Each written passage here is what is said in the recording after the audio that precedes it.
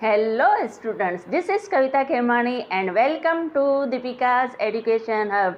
Dear students, today in this lecture we will do exercise 4.3. So please open page number 80. Now what is in the question 1? Question 1 में मिला हुआ है name the angles in the given figure.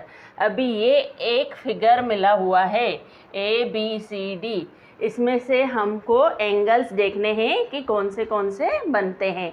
अभी आपने अगर introduction वाला lecture मेरा देखा है तो उसमें मैंने आपको अच्छे से समझाया है एंगल्स के बारे में।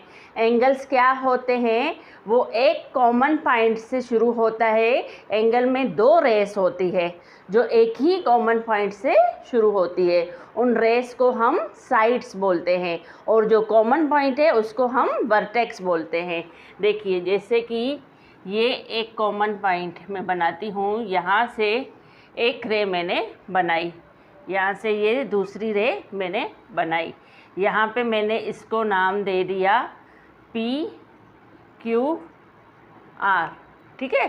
तो ये जो है Q एंड R, ये इसका आर्म हुआ या हम साइड बोल सकते हैं। एक आर्म कौन सी हुई, QR, दूसरी हुई QP, ठीक है। एंगल को हम कैसे शो कर सकते हैं, ऐसे करके ये वाला सिंबल दे के और हम लिखेंगे PQR, एंगल PQR। इसको हम एंगल Q भी दिखा सकते हैं। जो बीच में पॉइंट होता है ना कॉमन वाला, उसको भी हम इस रूप में भी दिखा सकते हैं। ऐसे दिखाओ या ऐसे दिखाओ, एक ही बात है।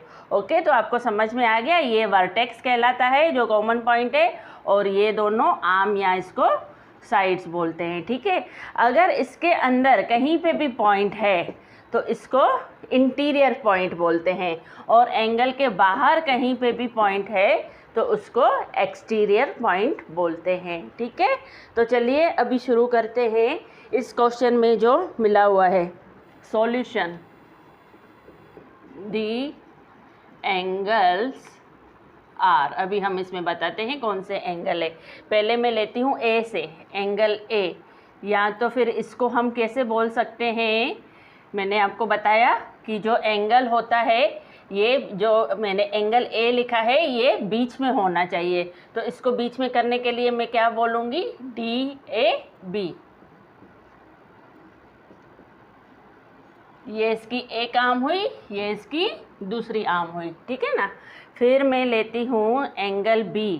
इसको मैं और कैसे दिखा सकती हूँ, अगर B को लूँगी मैं बीच में तो एक साइड ये हो जाएगी, एक साइड ये हो जाएगी, तो ABC, एंगल ABC।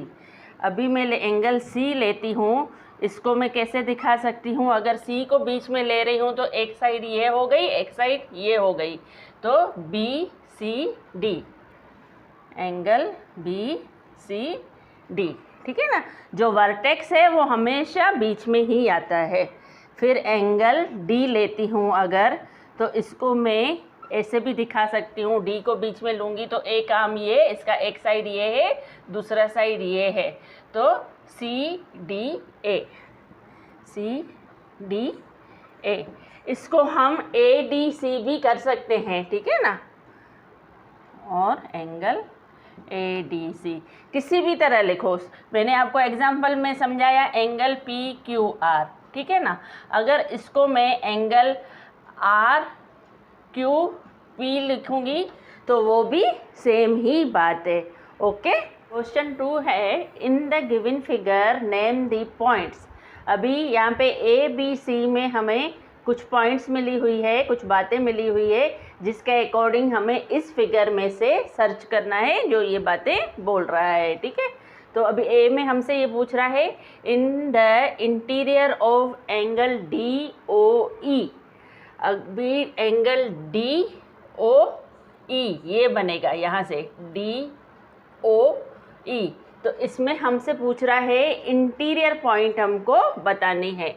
तो DOE में इंटीरियर पॉइंट कौन सी हुई, ये वाली हुई A, तो हम लिख देंगे पॉइंट A। ओके, अभी B में पूछ रहा है, in the exterior of angle EOF। अभी एंगल EOF एफ ये वाला बनेगा। इसमें हमको एक्सटीरियर देखना है, तो यहाँ से जो बाहर होगा इस एंगल से, तो वो एक्सटीरियर होगा। वो कौन सी पॉइंट है?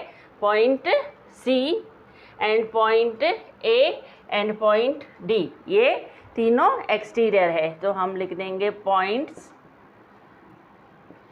ए, एक तो ये ए हुआ, एक डी हुआ क्योंकि ये इस एंगल से बाहर जा रहे हैं, और सी, ए डी एंड सी।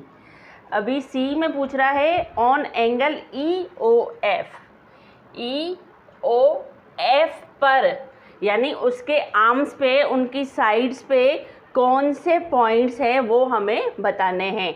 तो एंगल ई ओ एफ पे कौन सी पॉइंट है? एक ये, एक ये, एक ये और एक ये, ठीक है ना, 4 पॉइंट्स है। तो हम लिख देंगे points E B, E comma B comma O and F, ठीक है। तो यहाँ पे हमारा क्वेश्चन 2 कंप्लीट हुआ। क्वेश्चन 3 है draw rough diagrams of the 2 angles such that they have.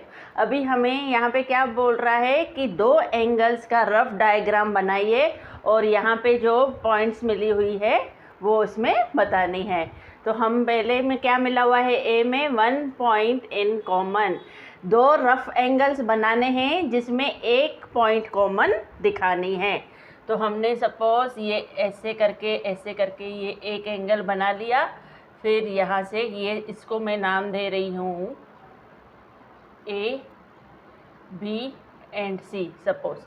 फिर यहाँ से मैंने एक ये बना दिया और यहाँ पे डी बना दिया मैंने, तो ये बन गया एक एंगल ए बी सी, दूसरा बना सी बी ए।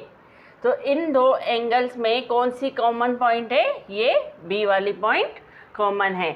तो हम इसका आंसर लिखेंगे ए का in angle A B C and angle C B D, B is common, point B is common.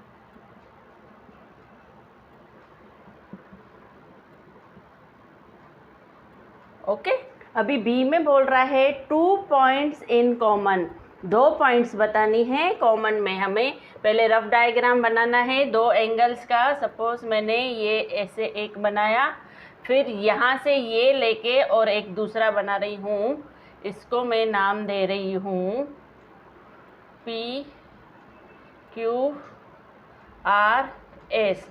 यहाँ पे समझो ये टी तक है, ठीक है ना।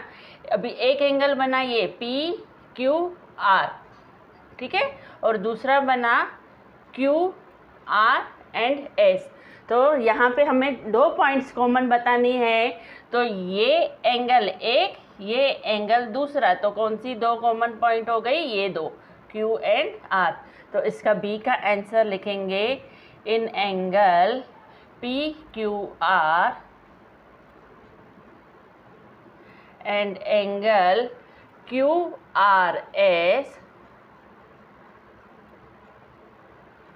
2 common points are Q and R।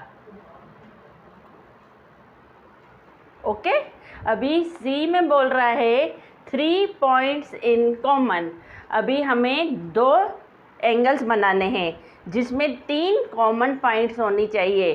तो ये किसी भी तरह से पॉसिबल नहीं है। हमने एक ये एंगल अभी बना के देखा, ए में बना के देखा, तो हम अगर 2 एंगल किसी भी शेप से बनाएंगे तो 3 कॉमन पॉइंट्स नहीं निकलेगी। तो हम इसका आंसर देंगे नॉट पॉसिबल। फिर डी में बोल रहा है 4 पॉइंट्स इन कॉमन। जब 3 ही कॉमन नहीं निकल रही है तो 4 पॉइंट्स भी कॉमन नहीं निकलेगी। हमने पहले 2 शेप्स बना के देखे हैं। आप किसी भी तरह से शेप्स बनाइए, 2 एंगल्स किसी भी तरह से बनाइए, तो 2 से ज़्यादा कॉमन पॉइंट्स नहीं निकलती है। इसीलिए इसका भी आंसर हो जाएगा नॉट पॉसिबल। ई में बोल रहा है वन रे इन कॉमन, एक कॉमन रे बनानी है दो एंगल्स के बीच में। तो ये हमने बनाया एक एंगल ए बी सी, ठीक है। फिर यहाँ से ये एक कॉमन ले रही हूँ मैं साइड्स और ये दूसरा बना रही हूँ, तो ए बी सी बन गया। अभी यहाँ पे डी, ठीक है ना। तो ये एंगल ए बी सी में हम ई का आंसर दे रहे हैं, एंगल ए बी सी में and angle C B D में कौन सी कॉमन रे है? ये वाली, बीच वाली कॉमन हो गई ना।